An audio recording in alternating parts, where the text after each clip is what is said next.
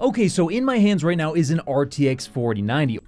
Or at least it's the cooler to what was my RTX 4090, and yes, I say was because I am selling my RTX 4090 and moving to an RX 7900 XTX permanently. Now, you're probably asking a lot of questions right now. I mean, if you could have an RTX 4090, why would you sell it and move to an RX 7900 XTX? Are you doing it because you're going to be saving a bunch of money? Actually, no. Yes, the RX 7900 XTX is definitely cheaper than the 4090 on average. That's actually not why I'm doing it. In fact, I'm probably going to be losing a little bit of money between like all of the shipping and the tax and the water cooling and everything that goes into swapping to a new card. So why is it that I'm selling my RTX 4090? Well, that's a great question. There's a lot of reasons, and let's get into it right now. The first reason as to why I'm going to be swapping to the XTX is because, well, I'm having a lot of little issues with Nvidia right now when it comes to display compatibility, and that's a big problem for me because I do review TVs and monitors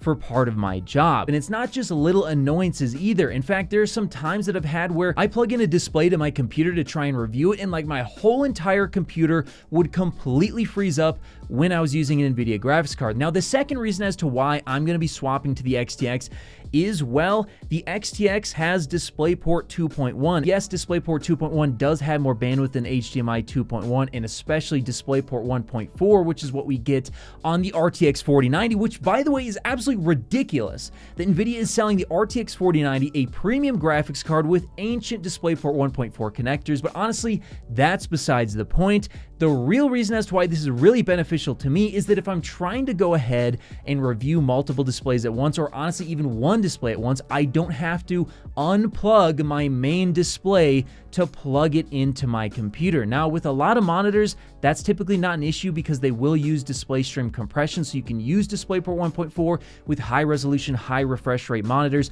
But when it comes to TVs, that's not always an option. In fact, it's rarely an option, at least in my experience so far, and you do need HDMI 2.1. Well, how does DisplayPort 2.1 factor in? You can actually convert that because they're using UHBR 13.5, which is 54 gigabits per second on the XTX, I believe, into 48 gigabits per second HDMI 2.1, which means, yes, I can technically run up to 4 high-resolution, high-refresh rate TVs or monitors off of the 7900 XTX, but it doesn't stop there. Another reason as to why I'm swapping to the XTX is, well, the RTX 4090 seems to have some issues with displays that use display stream compression, which is hilarious because they're gonna have to be using it a lot since they decided to cheap out and not give you proper DisplayPort 2.1 connectors. The issues in particular that I have with these Nvidia drivers and DSC monitors or TVs is if you hook up a TV or monitor that uses DSC, you can no longer downsample from a higher resolution, and you cannot create custom resolutions. AMD does not have that issue. And then the final reason as to why I'm swapping to the XTX and selling my RTX 4090, probably at a loss, unfortunately, is, well, everybody complains about the RTX 40 series and Nvidia in general and about how everything's too expensive and we need to stop buying graphics cards, but nobody's actually willing to give AMD a try. Now, when the XTX first launched, I gave it a try. It had some driver issues, so I decided to go with Nvidia. Well, there's been a ton of driver updates that have made the XTX and XT definitely a lot more stable versus what they were at launch. So I decided, you know what? Somebody has got to put their money where their mouth is and actually give AMD a try. We can't sit here and complain about Nvidia all day and then refuse to buy AMD. So I said, you know what? I'm having all these issues. Let me just give AMD a try and see if it's a better fit for me. That's exactly what I did. And another reason as to why I gave it a try right now is because, well, this specific video card right here just got an extreme overclocking BIOS update that does allow it to overclock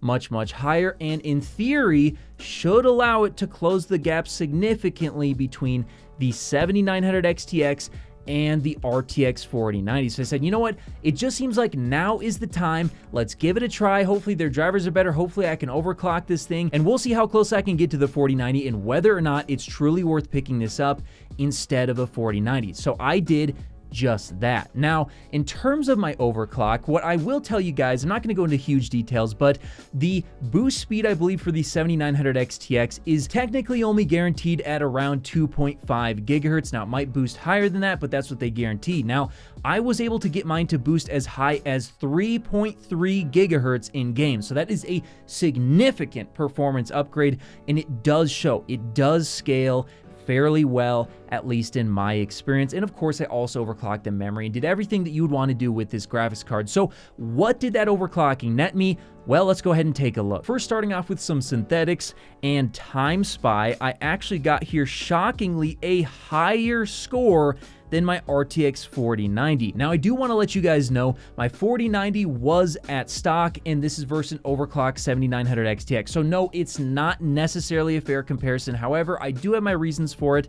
Reason being, the 7900 XTX got a massive performance increase, and my 4090, maybe I just got a dud of a 4090, but it had a horrible overclock. In synthetics, it was getting like 12% higher performance, and in games, it was like 5 to 8%.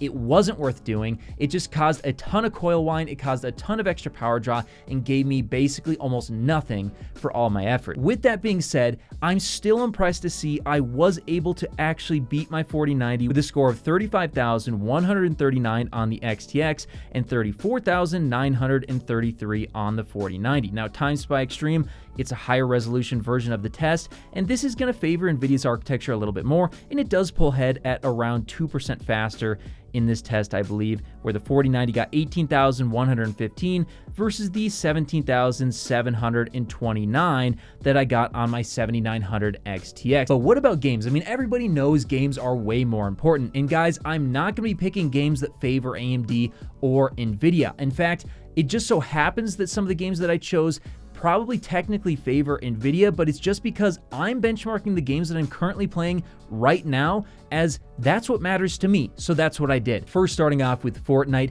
4K native max settings, but no ray tracing, as I just simply would not be doing that in multiplayer. Here, the RTX 4090 definitely got a higher average frame rate, as you can see on the graph. However, when we take a look at the 1% and the 0.1% low, what I do want you guys to pay attention to is actually the 7900 XTX got significantly better scores here. But now let's go ahead and move on to a game that's definitely going to be really tough on AMD, and that's Hogwarts Legacy, native 4K, max settings, ray tracing on. Once again, the RTX 4090 is definitely ahead. I mean, we're talking about 53 frames per second roughly versus 38 on the 7900 XTX. So that's a massive difference. But once again, look at the 1% and 0.1% lows. Here, the RTX 4090, it is a little bit ahead on the 1% lows, but it's actually a little bit behind on the 0.1% lows. So which of these graphics cards is actually better for this game? I would say the RTX 4090 is, but maybe not as much better as you would be expecting, as the XTX is once again maybe a little bit more consistent. But now let's look at the final game, and this one might favor AMD a little bit, and this is going to be Star Wars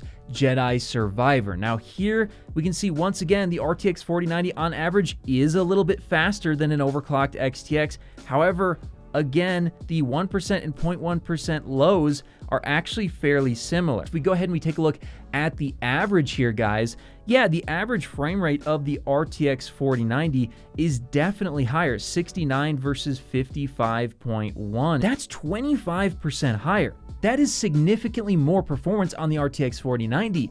But again, let's look at the 1% and 0.1% lows, because this is what really matters when you're playing a game. You know, how much choppiness are you going to see? How many frame drops are you going to see? That's going to be more indicative of your actual experience. And here we can see that actually the 7900 XTX was technically slightly better on the 1% lows and significantly better on the 0.1% lows. On the 0.1% especially, that's 50% better 0.1% lows on the 7900 XTX. Now, it's fair to say that maybe if we extended this game list to 30 games, the RTX 4090 on the 1% and 0.1% lows might actually start to pull ahead. That definitely could happen, but I will tell you guys, just in my general experience playing all the various different games I play, like Apex Legends and a ton of other games that I play, I actually believe that the 7900 XTX feels about the same as an RTX 4090. Now, the 4090 definitely gives you a higher average frame rate, and when it comes to like full path tracing and something like Cyberpunk, it is going to absolutely dunk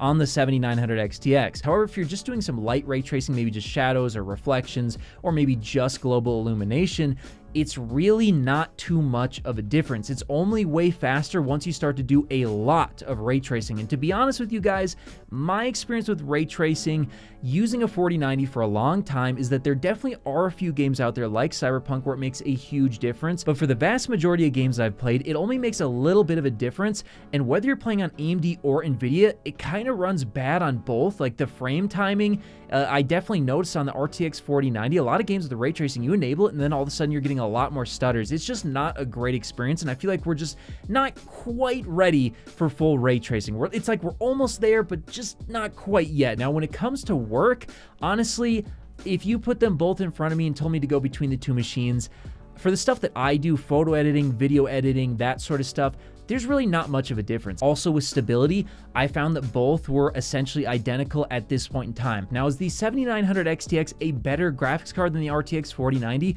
Honestly, that really depends on what you do, but I would say that for gaming, the RTX 4090 is and should be definitely a little bit faster on average. And if you're really, really into ray tracing and you must have ray tracing on in every single game, yes, the 4090 will definitely be faster. But if you're more into competitive games, online games, or you're turning ray tracing off or lowering some of those ray tracing settings, well, if you just overclock a 7900 XTX, I think you'll actually have basically a near identical experience between the XTX and the RTX 4090. So for those of you out there who find yourself in that camp, I really don't think it's worth spending the money on the RTX 4090 if you're just going to be getting a very similar experience, at least in my opinion, in the majority of the games that you might be playing. But again, that's just my experience. Maybe in your case, you have an RTX 4090 that overclocks like a demon and you run with ray tracing on all the time. And in that case, again, definitely the 4090 will be a better choice for you. But for me, I'm sticking with the XTX and I'm absolutely loving using it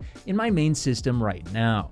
If you made it to the end of the video, be sure to drop a like. Every time you do so, AMD and Nvidia release new GPUs. Also, if you want to see more, check out one of these related videos. You won't be disappointed.